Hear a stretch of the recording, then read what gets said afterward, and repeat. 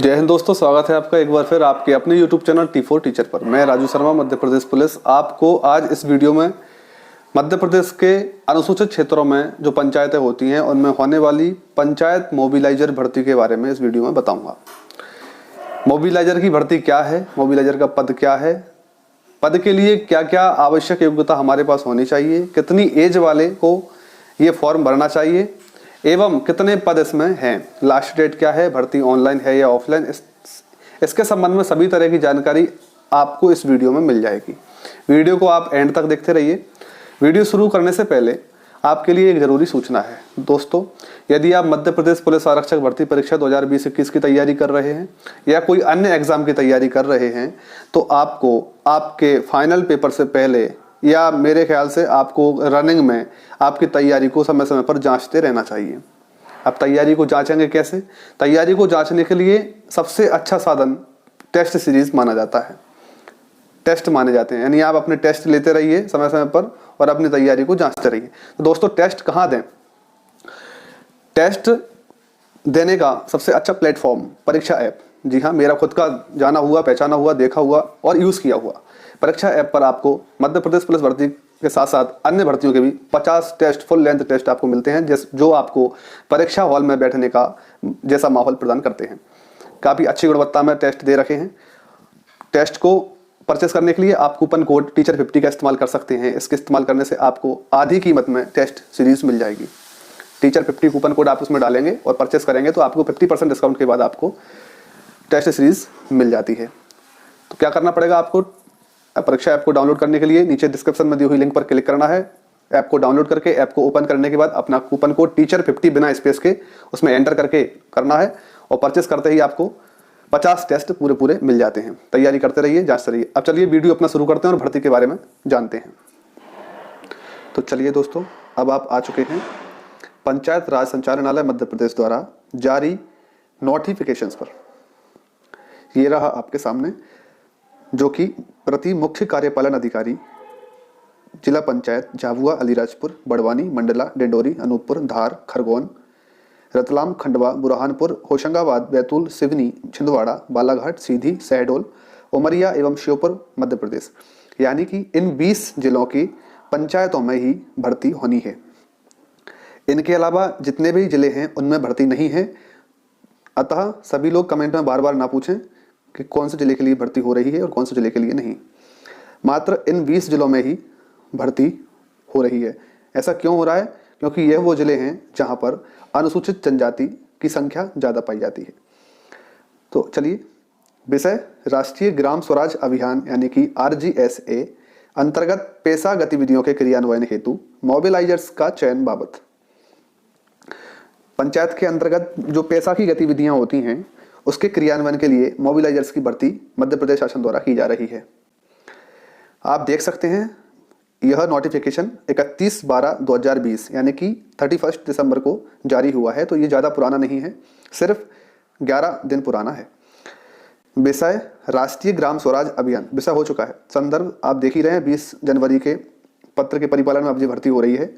समझ लेते हैं, थोड़ा पढ़ लेते हैं। विषयांतर्गत संदर्भित पत्र का अवलोकन करें, जिसके माध्यम से राष्ट्रीय ग्राम स्वराज अभियान अंतर्गत भारत सरकार पंचायती राज मंत्रालय से स्वीकृत कार्य योजना अनुसार, यानी कि आप समझ पा रहे होंगे कि भारत सरकार ने पंचायती राज मंत्रालय से एक योजना को स्वीकृत किया है, जिस योजना का नाम है पैसा क्षेत्र की ग्राम पंचायतों में विशेष सहायता मदद अंतर्गत, जो यानी कि जो पैसा की ग्राम पंचायत है। पैसा का मतलब यही है कि अनुसूचित जाति जनजाति क्षेत्र जो बाहुल्य क्षेत्र है, जनजाति बाहुल्य जो क्षेत्र है वो पैसा क्षेत्र माना जाता है। और उसी की ग्राम पंचायतों में विशेष सहायता मद अंतर्गत, यानी कि जो मद होते हैं शासकीय, जहाँ से आहरण होता है किसी भी फंड का, उन विशेष सहायता मद के अंतर्गत निर्धारित गतिविधियों के क्रियान्वयन व निष्पादन हेतु प्रदेश की पैसा क्षेत्र के अंतर्गत अनुसूचित क्षेत्र की 5221 ग्राम पंचायतें, यानी कि इन 20 जिलों में टोटल ग्राम पंचायतें 5221 हैं, 5221 हैं। तो इनमें एक एक ग्राम सभा हेतु एक पैसा मोबिलाइजर का चयन किया जाना है, यानी कि एक ग्राम पंचायत में एक, जिनके अनुक्रम में मोबिलाइजर्स के चयन हेतु संलग्न परिशिष्ट अनुसार दिशा निर्देश जारी किए जाते हैं। उक्त निर्देशों के अनुसार आवश्यक कार्रवाई निर्धारित समय सीमा में करना सुनिश्चित करें। तो ये पत्र जो है सभी CEO के लिए लिखा गया है जनपद के, कि आप अपनी अपनी पंचायतों में इस भर्ती को संपादित करना सुनिश्चित करें। भर्ती क्या है, अब आगे पढ़ते हैं। परिशिष्ट आ ग्राम सभा मोबिलाइजर्स की निर्धारित चयन प्रक्रिया मापदंड, यानी कि परिशिष्ट आ में आपको ये मिलेगा, परिशिष्ट बा में आपको ग्राम सभा मोबिलाइजर्स के नामांकन हेतु आवेदन पत्र का प्रारूप मिलेगा, परिशिष्ट सा में आपको आवेदक को ग्राम पंचायत के द्वारा दी जाने वाली पावती का प्रारूप मिलेगा। मैं आपको आगे वीडियो में ये सभी परिशिष्ट आपको एक एक करके बताऊंगा भी और समझाऊंगा भी। परिशिष्ट सा में पावती का प्रारूप, परिशिष्ट दा में ग्राम सभा मोबिलाइजर हेतु ग्राम पंचायत द्वारा नोटिस जारी करने का प्रारूप, यानी कि किस तरह से आपको नोटिस जारी होगा ग्राम पंचायत को कि आप भर्ती करिए।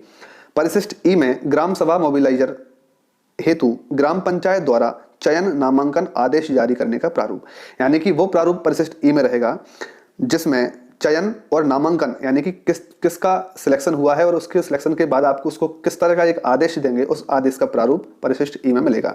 मैं आपको पांचों परिशिष्ट यानी कि पांचों जो प्रारूप हैं वो दिखाऊंगा। अब उससे पहले अपन बात कर लेते हैं, ये तो प्रतिलिपियां तो वो होती है कि जिन जिन विभागों में उसकी जानकारी दी गई है वहां प्रतिलिपियां जाती हैं। अब मैं आपको ले चलता हूं परिशिष्ट आ पर। परिशिष्ट आ में था ग्राम सभा मोबिलाइजर की चयन प्रक्रिया व मापदंड। ठीक, तो सबसे पहले तो आप समझ लीजिए कि ग्राम सभा मोबिलाइजर पद का नाम है, पद का नाम है ग्राम सभा मोबिलाइजर। ठीक, अर्हता यानी कि योग्यता क्या क्या है, न्यूनतम अनिवार्य अर्हता, सबसे कम, इससे कम में सिलेक्शन नहीं होगा, वो कम, सबसे कम योग्यता क्या है कि आवेदक हायर सेकेंडरी उत्तीर्ण होना चाहिए। यदि किसी पंचायत में 10+2 उत्तीर्ण अभ्यर्थी नहीं है तो उस दिशा में 10वीं पास अभ्यर्थियों के द्वारा भी आवेदन किया जा सकता है। यानी कि यदि 12वीं पास कोई लड़का या लड़की नहीं मिलती है पंचायत में तो फिर 10वीं पास अभ्यर्थी भी आवेदन कर सकता है, अन्यथा 12वीं कम से कम पास होना चाहिए। इसके बाद ये हो गया, पहला पन्ने पढ़ चुके हैं। अब है आवेदक ग्राम पंचायत का स्थानीय निवासी हो। इसकी पुष्टि हेतु आवेदक का नाम, आवेदक के माता पिता का नाम, यानी आवेदक का या तो अथवा उसके माता पिता का नाम, या आवेदक के पति, यदि महिला है तो उसके पति का नाम संबंधित ग्राम पंचायत के मतदाता सूची में दर्ज होना चाहिए। तो ये कंफर्म कर लेना आप कि आपके माता पिता या आप स्वयं का, या आप महिला हैं तो आपके पति का नाम उस ग्राम पंचायत में जिसमें आप आवेदन कर रहे हैं उसकी मतदाता सूची में दर्ज होना चाहिए। यदि दर्ज नहीं होगा तो आप आवेदन नहीं कर सकते। दर्ज होना चाहिए, जिस हेतु आवेदक को आवश्यक दस्तावेज, उसके लिए आपको एक डॉक्यूमेंट देना होगा जो आपको प्रूव करेगा कि आपका नाम उस मतदाता सूची में है, वो होगा आपका वोटर आईडी कार्ड। तो इसकी कॉपी आपको आपके आवेदन के साथ स्वप्रमाणित करके, यानी कि अपने हाथ से ये लिख के कि स्वप्रमाणित लिख के उस पर साइन करके आपको संलग्न करनी होगी, यानी लगानी होगी इसके साथ। तीसरा पॉइंट, आवेदक की आयु सीमा 1 जनवरी 2020 की स्थिति में 18 वर्ष कम से कम एवं 40 वर्ष अधिक से अधिक होना चाहिए। कहने का तात्पर्य यह है कि 1 जनवरी 2020 को आप 18 साल के हो चुके हो परंतु 40 वर्ष से ज्यादा आपकी आयु ना हुई हो, यानी कि 1 जनवरी 2020 को आप 18 से 40 के बीच में आपकी उम्र होनी चाहिए। आयु सीमा में छूट शासन के नियमानुसार रहेगी। शासन के क्या नियम है वो मैं आपको बता चुका हूं कि SC/ST के लिए शासन 5 साल की छूट देती है उम्र में, और OBC के लिए 3 साल की। साथ ही साथ शासकीय सेवा में कोई है तो उसको अलग छूट मिलती है। वो किस तरह से, थोड़ा सा आप पढ़ लीजिए। आपने अभी वीडियो नहीं देखा है तो आप पुलिस वाला वीडियो देख लीजिए, उसमें मैंने बताया हुआ है किस तरह से आयु सीमा में छूट मिलती है। अतिरिक्त अर्हता यानी कि जो एडिशनल क्वालिफिकेशंस आपके पास होने चाहिए तो वो देख लीजिए। CRP/प्रेरक स्वच्छताग्राही स्व सहायता समूह के सदस्य अथवा प्रेरक आवेदक को पंचायत एवं ग्रामीण विकास विभाग के अंतर्गत यदि किसी परियोजना में कार्य किया हो। देखिए, प्रेरक स्कूलों पे लगते हैं, जो आदिवासी क्षेत्र में जो स्कूल होते हैं उनमें प्रेरक की भर्ती हुई थी, आपको पता होगा। हर ग्राम पंचायत में प्रेरक की भर्ती बहुत समय पहले हो चुकी है। तो जिन्होंने काम किया है प्रेरक के रूप में उनको एक एक्स्ट्रा बेनिफिट, इसमें एक्स्ट्रा उनको नंबर मिल जाएंगे। साथ ही साथ प्रेरक के अलावा स्वच्छताग्राही स्व सहायता समूह यदि आप सदस्य हैं तो उनको, और CRP, ये 4 तरह के लोगों को आपको एक्स्ट्रा बेनिफिट इस भर्ती में मिल जाएगा। उसके आपको अधिक बोनस अंक मिल जाते हैं। परंतु यदि आप उसमें बताएंगे कि हमने यहाँ पे काम किया है तो उसके संबंध में आपको एक अनुभव प्रमाण पत्र उसका संबंधित जनपद पंचायत के मुख्य कार्यपालन अधिकारी द्वारा अभिप्रमाणित करके जमा करना पड़ेगा। यदि किसी अन्य विभाग या किसी शासन द्वारा मान्यता प्राप्त गैर शासकीय संस्थाओं में कार्य अनुभव है तो संबंधित संस्था, विभाग, संगठन से जारी किया हुआ अनुभव, यानी कि इसके अलावा कहीं और भी आपने काम किया हुआ है और कोई अनुभव लगाना चाहते हैं कार्य करने का तो वह अनुभव आप लगा सकते हैं, परंतु उस संस्था के संस्था प्रमुख से वह अभिप्रमाणित किया हुआ होना चाहिए। और साथ ही साथ नियुक्ति पत्र उस संस्था में और उसकी संस्था की सैलरी स्लिप आपको स्वप्रमाणित छायाप्रति संलग्न करनी होगी। ये अनिवार्य नहीं है, ये यदि आपके पास है तो बहुत अच्छा है, नहीं है तो कोई जरूरत नहीं है इनकी। पर अगर आपके पास है तो आप अधिक नंबर और लेने के लिए कर सकते हैं। कंप्यूटर साक्षरता शासन के मान्यता प्राप्त संबद्ध शैक्षणिक संस्थान से डीसीए अथवा पीजीडीसीए अथवा समकक्ष योग्यता उत्तीर्ण की गई हो तो उसकी छाया प्रति संलग्न करें। यानी कि यदि आपने डीसीए या पीजीडीसीए कुछ किया है तो उसके प्रमाण पत्र को लगाकर आप और अधिक नंबर बोनस अंक प्राप्त कर सकते हैं, जिससे आपकी भर्ती की और ज्यादा संभावना प्रबल हो पाएगी। अब बात करते हैं अंक निर्धारण मापदंड एवं प्रणाली, यानी कि किस तरह से उसमें सिलेक्शन होगा, क्योंकि बिना पेपर की भर्ती है, बिना परीक्षा की भर्ती होगी, तो किस तरह से सिलेक्शन, किस तरह से मेरिट निर्धारण, किस तरह से वरिष्ठता का निर्धारण किया जाएगा वो समझ लीजिए। सबसे पहले आपके हायर सेकेंडरी के नंबर जुड़ेंगे, अधिकतम 60% अंक प्राप्त कुल अंकों के प्रतिशत का, यानी कि मान लीजिए आपकी 12th क्लास में 60% बनी है, आपकी 60% बनी है, तो उसका 60% यानी कि मान लीजिए आपका 500 अंक का पेपर था 12th क्लास में, पूर्णांक 500 अंक था, आपको 300 अंक यानी पूर्णांक 300 अंक प्राप्त अंक 300 अंक आपको मिले, तो इस तरह से आपकी 60% बनी, तो 300 अंक का 60% आपको मिलेगा। ठीक है, तो प्राप्त कुल अंकों के प्रतिशत का, माफ कीजिए। तो अब बात करते हैं अंक निर्धारण मापदंड एवं प्रणाली। अब चूंकि ये परीक्षा विहीन सिस्टम है, अब बात करते हैं अंक निर्धारण एवं मापदंड प्रणाली का। तो आपको पता है कि इसमें कोई परीक्षा नहीं होगी, बिना परीक्षा के आपका सिलेक्शन होगा, तो सिलेक्शन किस बेस पर और वरिष्ठता का निर्धारण किस तरह से किया जाएगा उसके संबंध में जानकारी अपन समझ लेते हैं। सबसे पहले हायर सेकेंडरी का आप जब उत्तीर्ण करेंगे तो उसमें कुछ आपकी परसेंट भी बनी होगी, उस परसेंट का यानी कि 12th क्लास की परसेंट का 60% ले लीजिए। फॉर एग्जाम्पल यदि आपकी 12th क्लास में 70% बनी है, 70% से आपने 12th क्लास पास किया है, तो 70 का 60% कितना होता है? 42, तो 42 नंबर आपको 12th क्लास के मिल जाएंगे। इसी तरह से यदि आपकी 60% बनी है तो 60 का 60% निकालेंगे तो 36 नंबर होता है, तो 36 नंबर आपको मिलेंगे। अगर आपको 36 नंबर यहां पर मिलते हैं तो और इधर समझ लीजिए रिमार्क में क्या लिखा है कि यदि किसी ग्राम पंचायत में 10+2 उत्तीर्ण अभ्यर्थी नहीं है तो 10वीं के पास अभ्यर्थियों के 10वीं में प्राप्त अंकों के प्रतिशत का 10। ठीक है, यही लिखा है कि यदि 12वीं पास कोई अभ्यर्थी उस पंचायत में नहीं मिलता है और 10वीं पास को लिया जाएगा तब भी उस पर यही नियम लागू होगा, उसकी 10वीं की परसेंट जितनी बनी है उसका 60% जितने अंक निकलेंगे वो अंक उसका मेरिट में काउंट होगा। तो ये हो गया 12वीं का आपको 60% मिलता है। ठीक है, और स्नातक की अगर अपन बात करें, यदि आपके पास स्नातक की डिग्री है यानी कि आपके पास ग्रेजुएशन की डिग्री है, आपने बीएससी बीए किसी भी स्ट्रीम से किया हुआ है, तो 10% आपको प्राप्त कुल अंकों के प्रतिशत का मिलेगा। यानी कि समझ लीजिए कि स्नातक में भी आपकी 60% रही है तो 60 का 10% होता है 6, तो इस तरह से आपको 6 अंक यहाँ पे मिल जाते हैं। 60 आपको 12th क्लास के हिसाब से मिल गए थे, 36 अंक, और 6 अंक आपको स्नातक की अंक सूची से मिल गए, तो 36 और 6 हो गए 42। इस तरह से अभी तक आपके 42 अंक हो चुके हैं।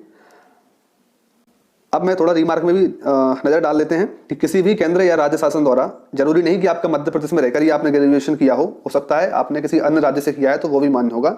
साथ ही साथ महाविद्यालय विश्वविद्यालय से किसी भी क्षेत्र किसी भी विषय में स्नातक उत्तीर्ण होने पर, यानी कि कोई पाबंदी नहीं है कि आपके पास बीए बीएससी ही हो, किसी भी क्षेत्र में आपने स्नातक किया है किसी भी विषय से तो वह मान्य हो जाएगा। उसके संबंध में आपको आपकी डिग्री संलग्न करनी पड़ेगी।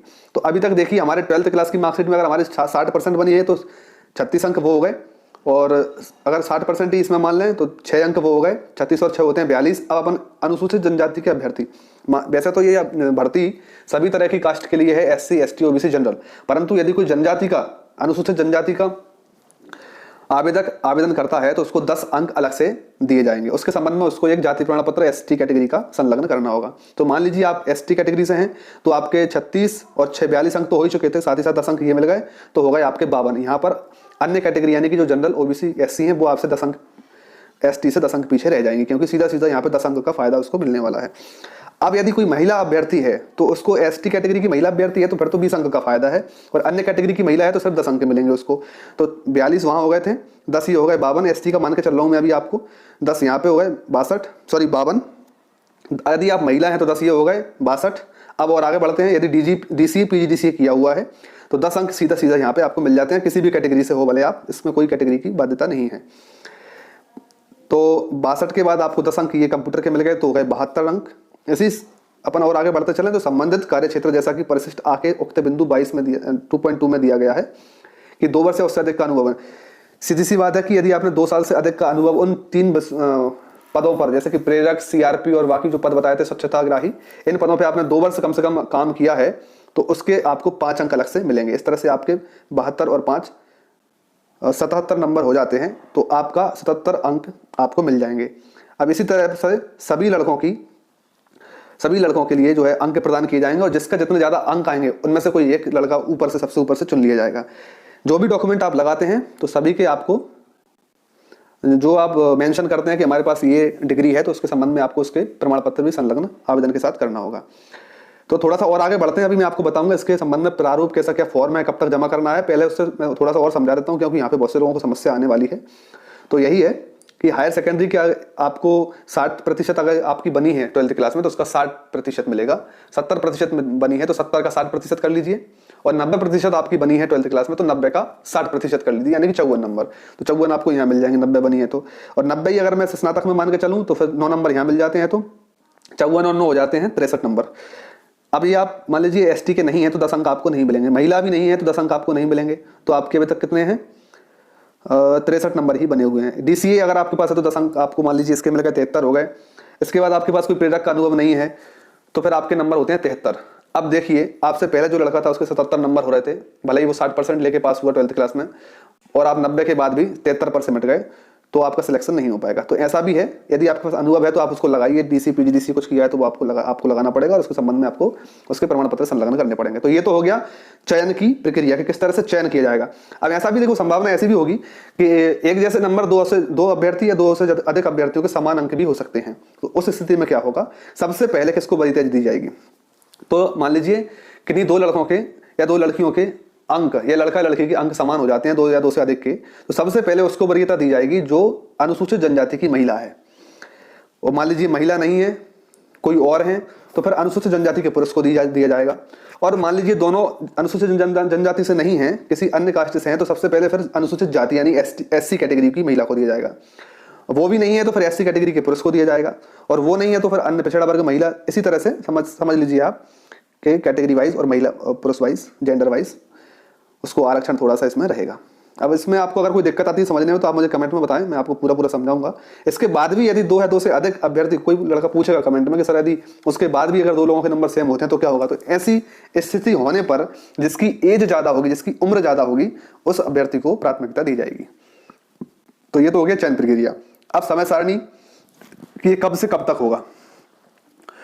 तो सबसे पहले तो ग्राम पंचायत क्षेत्र में निवासरत मान्यता प्राप्त शैक्षणिक संस्था से समस्त हायर सेकेंडरी उत्तीर्ण निर्धारित आयु सीमा वाले अभ्यर्थियों की सूची तैयार करेंगे। यानी कि कौन करेगा ये भर्ती, कहां से भर्ती होगी, क्या होगा। तो सबसे पहले 4 जनवरी 2021 से प्रत्येक पंचायत के, यानी कि जिन 20 जिलों की मैं बात करते आ रहा हूं, ऊपर जिन्होंने अभी बीच में स्टार्ट किया है, तो समझ लीजिए कि 20 जिलों की उन पंचायतों में प्रत्येक पंचायत के सचिव और सहायक सचिव, वहां से आप आवेदन लेकर और उनको ही आपको आवेदन जमा करना है। 4 जनवरी से आवेदन स्टार्ट हो गए हैं, ठीक है। ऑफलाइन आवेदन करने हैं आपको आवेदन लेना है, भरना है, और डॉक्यूमेंट आपके अटैच करना है, उसके साथ संलग्न करना है, और फोटो लगाने के बाद आपको अपने सचिव को जमा कर देना है। इसका कोई शुल्क नहीं है, आवेदन बिल्कुल फ्री निःशुल्क मिलेगा आपको, 1 रुपया भी इसका चार्ज नहीं लगेगा। सूचीबद्ध अभ्यर्थियों को निर्धारित प्रारूप में आवेदन जमा करने हेतु लिखित में व्यक्तिगत नोटिस जारी करेंगे। यानी कि जब आप आवेदन कर देंगे, सूचीबद्ध अभ्यर्थियों को निर्धारित प्रारूप में आवेदन जमा करने हेतु लिखित में व्यक्तिगत नोटिस जारी करेंगे।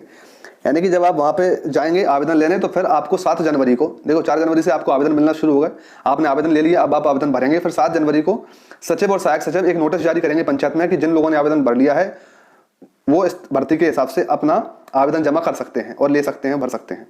उसके बाद आवेदक द्वारा जमा करने की अंतिम तिथि, तो आवेदक के द्वारा अंतिम तिथि जो है 18 जनवरी 2021, यानी कि अभी आज 10 जनवरी को मैं वीडियो बना रहा हूं, तो आज से 8 दिन और भरे होंगे फॉर्म, तो 18 जनवरी फॉर्म भरने की लास्ट डेट है जमा करने की। जमा कहां होगा? आपका पंचायत में सचिव सहायक सचिव के पास। समस्त आवेदन पत्रों एवं संलग्न दस्तावेजों का निरीक्षण कर सारणीकृत करेंगे। अब ये कौन करेगा? उसको एक सूची बनाएगा सभी आवेदनों को जमा करके और संलग्न दस्तावेजों को निरीक्षण करके देख के कि हाँ इसके आवेदक के जो है दस्तावेज सही है कि नहीं है, पंचायत का है भी कि नहीं, ये सब निरीक्षण करके कौन करेगा? सचिव और सहायक सचिव। कौन करेगा? सहायक और सचिव और सहायक सचिव। 30 जनवरी 2021 को ये काम कब होगा? 30 जनवरी 2021 को। यानी आपका काम तो 18 जनवरी तक है, उसके बाद सहायक सचिव और सचिव करेंगे ये काम। उसके बाद तदनुसार अभ्यर्थियों की योग्यता, वरीयता एवं अनुभव के आधार पर परिशिष्ट के बिंदु क्रमांक 3 अनुसार अंकों का निर्धारण। मैंने बताया था आपको किस तरह परिशिष्ट क्रमांक, बिंदु क्रमांक 3 वही है जो मैं आपको बता रहा था कि किस तरह से सिलेक्शन होगा। वो सूची कौन बनाएगा? सचिव और सहायक सचिव, और उनकी वरिष्ठता उसी आधार पर, वो झूठ में नहीं बोल सकते क्योंकि आपने उसमें आवेदन लगाया तो आपको बाकायदा पावती मिलेगी उसी की, तो उसमें कोई बहुत ज़्यादा पारदर्शिता रहेगी, कोई दिक्कत वाली बात नहीं है, आपको बाकायदा पावती मिलेगी। ठीक है, उसके बाद इस बाबत ग्राम पंचायत की बैठक आयोजित कर प्राप्त आवेदन पत्रों का समस्त ब्यौरा रखा जाएगा एवं प्राप्त अंकों के आधार पर मेरिट में सर्वाधिक अंक प्राप्त करने वाले अभ्यर्थी को ग्राम सभा मोबिलाइजर्स के रूप में चयन हेतु अनुमोदन प्रदाय किया जाएगा। तो देखो, जिस आपने जमा कर दिया फार्म, उसके बाद उन्होंने एक सूची तैयार कर ली, आपकी वरिष्ठता का निर्धारण कर दिया, उसके बाद एक पंचायत बैठेगी और आपका उस पंचायत के माध्यम से आपका देखा जाएगा सबसे ज्यादा अंक किसने प्राप्त किए। उसी के आधार पर पंचायत निकाय समिति, यानी कि जो पंचायत की समिति होती है, पंचायत निकाय समिति, जिसमें सरपंच, सचिव, ये लोग उसके मेंबर होते हैं और अध्यक्ष और सचिव होते हैं, तो उनकी अध्यक्षता में और तमाम पंचों की अध्यक्षता मौजूदगी में आपका चयन उजागर कर दिया जाएगा, यानी जाहिर कर दिया जाएगा कि किस अभ्यर्थी ने सबसे ज्यादा अंक प्राप्त किए और किसको वरिष्ठता के हिसाब से मोबिलाइजर के रूप में नियुक्त किया जाता है।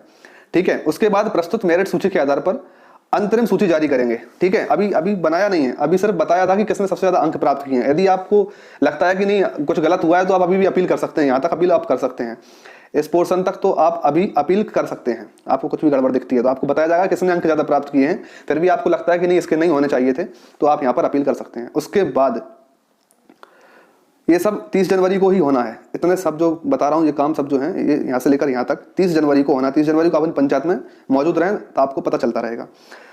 उसके बाद प्राप्त प्रस्तुत मेरिट सूची अनुसार अंतरिम सूची जारी करेंगे। कौन करेगा? सचिव और सहायक सचिव। ये जो लोग हैं ये अंतरिम सूची जारी करेंगे, बिल्कुल लास्ट फुल एंड फाइनल सब कुछ होने के बाद। और उम्मीदवार के साथ साथ मेरिट लिस्ट में अवरोही क्रम में अगले 3 अभ्यर्थियों के द्वारा सबसे फिर क्या होगा, एक नाम बताएंगे कि ये इसका सिलेक्शन होता है और बाकी 3 नाम ऐसे बताएंगे जो उसमें वेटिंग के हिसाब से उसके बाद जो मेरिट में है उनकी वेटिंग जारी भी होगी। अगर ये नहीं करता है तो इसके बाद वाला, और वो नहीं करे छोड़ देता है नौकरी तो इसके बाद वाला, और वो भी छोड़ देता है तो इसके बाद वाला। इस तरह से 3 और वेटिंग वाले भी नाम उस दिन जाहिर किए जाएंगे। ठीक है, उसके बाद क्या होगा, ये भी 30 तारीख को ही होगा। ठीक है, यानी कि 30 तारीख को आपको पता चल जाएगा कि किसका सिलेक्शन हो चुका है। अब बात आती है 5वें नंबर पे। यहाँ पे ये 5वां नंबर ग्राम पंचायत के द्वारा किसी भी प्रकार ग्राम पंचायत के द्वारा जारी अंतरिम सूची में दावा आपत्ति करना। यानी अभी भी आपको ऐसा लगता है कि कुछ गड़बड़ हुआ है आपके साथ, कुछ अन्याय हो गया है आपके साथ, तो आप 6 फरवरी 2021 तक आपको समय देंगे कि अभी आप दावा आपत्ति कर सकते हो। जानकारी लेके, अगर मान लीजिए कोई फर्जी दस्तावेज लगाता है तो आप उसका पता करके यहाँ पे अपने दावा आपत्ति ठोक सकते हो। फिर 6 फरवरी तक ये काम चलेगा। उसके बाद किसी भी प्रकार की शिकायत, दावा आपत्ति का निराकरण के लिए निर्धारित स्तर एवं अंतिम तिथि। इसके बाद दावा आपत्ति का स्तर, प्रथम अपील कहाँ होगी? ग्राम पंचायत स्तर पे होगी। ग्राम पंचायत स्तर पे 9 फरवरी को आप कर सकते हो। ठीक है, आप करने की तिथि तो 6 फरवरी है। 6 फरवरी को आप करोगे पहली अपील ग्राम पंचायत पे। 9 फरवरी तक उसका निराकरण अगर नहीं होता है तो द्वितीय अपील आप मुख्य कार्यपालन अधिकारी जनपद पंचायत जो भी आपकी लगती है तहसील स्तर पे वहां कर सकते हो। 13 फरवरी तक अगर वहां पे आपका निराकरण नहीं होता है, 13 फरवरी को निराकरण नहीं होता है तो फिर आप सीधा तीसरी अपील करेंगे और जो कि अंतिम अपील रहेगी। Third appeal is the last appeal. मुख्य कार्यपालन अधिकारी जिला पंचायत, जिले की आपकी जो जिला पंचायत लगती है उसके मुख्य कार्यपालन अधिकारी के पास आप शिकायत या उसकी आपत्ति, दावा आपत्ति करेंगे। वहां से आपको 16 फरवरी तक हर हाल में निराकरण हो जाएगा, वह अंतिम माना जाएगा। उसके बाद फिर 22 फरवरी को ग्राम सभा मोबिलाइजर के चयन हेतु अंतिम सूची जारी करेगा। कौन? सचिव और सहायक सचिव। फिर आपके जो है ग्राम पंचायत के सचिव और सहायक सचिव एक अंतिम सूची जारी करेंगे जिसमें 22 फरवरी को वह बता देंगे कि ये मोबिलाइजर के पद पर चयन इसका हो चुका है। उसके बाद देखो चयन हो जाएगा तो फिर क्या काम बचेगा? कार्यभार लेगा आदमी, अपना चार्ज लेगा उसका पंचायत में वो अपना चार्ज ग्रहण करेगा मोबिलाइजर के पद का। तो कितनी तारीख को? 27 फरवरी 2021 को, यानी कि 2 महीने में उसकी ज्वाइनिंग भी हो चुकी होगी। तो जारी अंतिम सूची के आधार पर चयनित अभ्यर्थी द्वारा कार्यभार ग्रहण करने की अंतिम तिथि 27 फरवरी तक। ठीक है, 22 को उसको आदेश हो गया कि आप बन चुके हैं मोबिलाइजर, उसको 27 फरवरी तक उसको अपना भार ग्रहण करना है, चार्ज ग्रहण करना है। अगर वो नहीं करता 27 तक तो उसको ऐसा माना जाएगा कि इसको नौकरी नहीं चाहिए और उसके बाद नेक्स्ट जो वेटिंग लिस्ट में है पहले नंबर पे उसको मौका दिया जाएगा फिर। ठीक है, तो अब सबसे पहले आप ये मोबिलाइजर के जो नामांकन हेतु आवेदन का प्रारूप है वो समझ लो। ठीक, यदि आप फॉर्म भरते हैं मोबिलाइजर का तो ये फॉर्म है। फॉर्म यदि आपको चाहिए पूरा प्रिंट आउट निकालने के लिए तो इसका फॉर्म का जो प्रिंट आउट के लिए जो PDF है मैं डिस्क्रिप्शन लिंक में कोशिश करूंगा देने की। यदि डिस्क्रिप्शन लिंक में मैं आपको इसका प्रारूप नहीं दे पाता हूं तो आप मुझे T4 टीचर के नाम से या फिर Raju Sharma Madhya Pradesh police MP police, Raju Sharma MP police के नाम से फेसबुक या इंस्टाग्राम पर या टेलीग्राम पर फॉलो करके वहां मुझसे कमेंट कर सकते हैं कि सर हमें PDF चाहिए आवेदन की, तो मैं आपको वहां भी दे दूंगा। तो आप डायरेक्ट प्रिंट आउट निकाल के उसको भर के आप डायरेक्ट जमा कर सकते हैं। ठीक है, अब ये परिशिष्ट साह, मैंने आपको बताया था कि परिशिष्ट साह में आवेदक को ग्राम पंचायत के द्वारा दी जाने वाली पावती, आपको किस प्रकार की पावती मिलेगी उनसे जब आप फॉर्म जमा करोगे तो वो पावती कुछ इस तरह की मिलेगी। इस तरह की पावती ही लेना ही है आपको। अगर आप नहीं लेंगे तो फिर आपके साथ कोई मिसहैपनिंग, कोई अन्याय, इस तरह की कोई चीज हो सकती है। अगर आप पावती बाकायदा सील साइन करवा के लेते हैं तो कोई दिक्कत नहीं होगी। ठीक है, उसके बाद ग्राम सभा मोबिलाइजर हेतु ग्राम पंचायत द्वारा नोटिस जारी करने का प्रारूप। नोटिस किस तरह से जारी किया जाएगा वो भी देख लो आप। ठीक है, इस तरह से ग्राम पंचायत जो है वो नोटिस जारी करेगी, यानी कि एक विज्ञप्ति जारी करेगी कि ये पद जो है मोबिलाइजर का पद निकला है अपनी पंचायत में, जो अभ्यर्थी आवेदन करना चाहते हैं सो आवेदन कर सकते हैं। ये उसके लिए जो है अतिरिक्त अर्हताएं, न्यूनतम अर्हताएं, योग्यता वगैरह सब चीज है, तो इतने लोग जो है अप्लाई कर सकते हैं। ठीक है, तो इस तरह का जैसे कि जो मैंने आवेदन आपको पूरा पढ़ के बताया, जो विज्ञप्ति, इस तरह की विज्ञप्ति पंचायत भी जारी करेगी। हो सकता है अगर आपकी पंचायत थोड़ा सा उसको पर्दे में लेकर कर रही हो तो आप तो जागरूक अब मैंने आपको कर ही दिया है, तो आप खुद जाके अपने सरपंच से या सचिव से जाके संपर्क करिए, या रोजगार सहायक जिसको बोलते हैं सहायक सचिव, उससे भी संपर्क कर सकते हैं और पता कर सकते हैं भर्ती के बारे में, और फटाफट आवेदन कर दीजिए। हाँ, परिशिष्ट ई में मैंने आपको बताया था किस तरह से नामांकन आदेश, यानी कि आपकी चयन के बाद आपको ज्वाइनिंग लेटर किस तरह से मिलेगा। वो ज्वाइनिंग लेटर कुछ इस प्रकार से होगा। उसमें कार्यालय, ग्राम पंचायत का नाम रहेगा, जनपद पंचायत कौन सी लगती है, जिला पंचायत कौन सा लगता है। उसके बाद उसमें ज्ञापन क्रमांक, कौन सा ज्ञापन क्रमांक है, दिनांक किस तारीख को आपको दिया जा रहा है, और ग्राम पंचायत का नाम, फिर जनपद पंचायत का नाम, फिर जिला पंचायत का नाम। उसके बाद आपका नाम, आपके पिता पति का नाम, आपका निवास किस जगह पर रहता है वह है, दिनांक किस डेट को आपको जॉब कार्ड दिया जा रहा है। उसके बाद जॉब चार्ट, ये सब डेटा आपको उसमें वो भर के मिलेगा। आपको कुछ नहीं करना है, इसको सिर्फ लेने जाना है आपको, यदि आपका सिलेक्शन हो जाता है तो। अब देखिए यह आदेश जब तक, ये देखिए यहाँ से लिखा है कि यह आदेश जब तक अन्यथा अपेक्षित ना हो चयनित नामांकित उम्मीदवार के कार्यान्वयन ग्रहण दिनांक से 1 वर्ष तक मात्र प्रभावशील रहेगा, तदुपरांत यह आदेश स्वतंत्र माना जाएगा। यानी कि 1 साल के लिए ज्वाइनिंग हो रही है, 1 साल बाद इसको फिर से बढ़ाई जा सकती है। ठीक है, उपरोक्त उम्मीदवार को इस आदेश के जारी होने के पश्चात 27 फरवरी तक इस ग्राम पंचायत में कार्यालयीन समय में कार्यभार ग्रहण करना सुनिश्चित करना होगा, अन्यथा आपकी दावेदारी एक पक्षीय रूप से, यानी आपको बिना सूचना के निरस्त मानी जाएगी।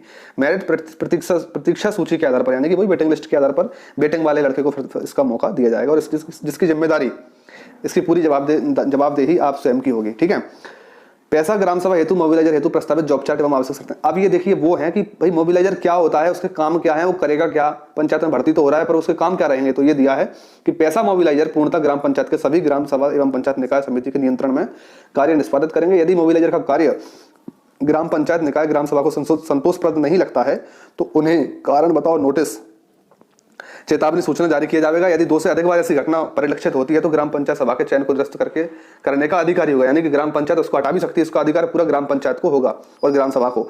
जिसके बाद मेरिट के आधार पर प्रतीक्षा सूची में फिर वही वेटिंग लिस्ट वाले को मौका दे देंगे।